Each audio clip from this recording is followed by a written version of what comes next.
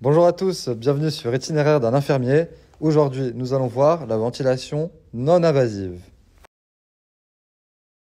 Préparer une séance de VNI, c'est l'élément clé de sa réussite. On commence par une explication de la procédure au patient afin de s'assurer de sa coopération.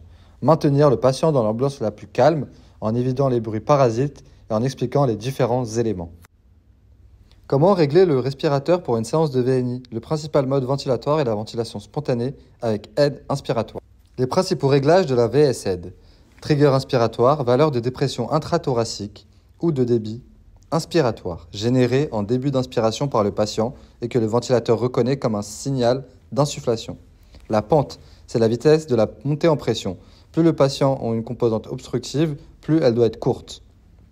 L'aide inspiratoire, c'est l'aide en pression fournie au patient par le ventilateur afin de respirer correctement.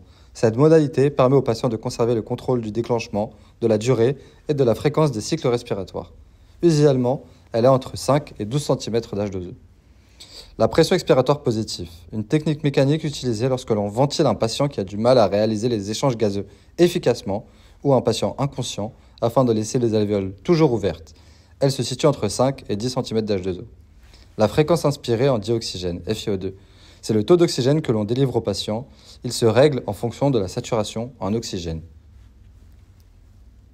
La VNI est-elle efficace chez les patients en insuffisance respiratoire aiguë? Il n'y a pas d'études cliniques le démontrant, mais depuis plus de 10 ans, la VNI diminue la mortalité des patients immunodéprimés.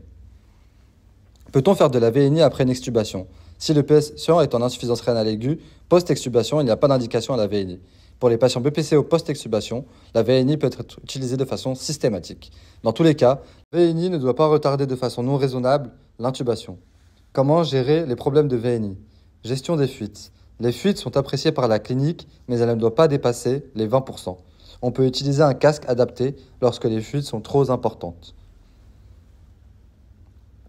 Lorsque le patient déclenche mais peine à inspirer, il faut choisir une pente plus rapide ou augmenter la pressurisation. Lorsque le patient ne déclenche pas à chaque inspiration, augmenter la sensibilité du trigger ou augmenter la PEP externe. Lorsque le patient se plaint d'avoir trop d'air, diminuer le niveau d'aide ou diminuer la pente. Lorsque le patient se plaint de douleur ou d'anxiété, commencez à envisager une ventilation invasive, sinon utilisez des moyens pharmacologiques ou non pharmacologiques pour améliorer la tolérance du patient. Une place pour la VNI en post-opératoire. La chirurgie, principalement thoracique et abdominale, est responsable d'une dysfonction diaphragmatique post-opérationnelle. Cette dysfonction entraîne une diminution de la fonction inspiratoire diaphragmatique ainsi qu'une augmentation de la part jouée par les muscles inspiratoires, accessoires et abdominaux. Ce sont des facteurs majeurs d'actélectasie post-opératoire. La VNI prophylactique est recommandée pour cette indication. Si tu as aimé cette vidéo et que tu as appris quelque chose, like cette vidéo et partage-la autour de toi. Ciao!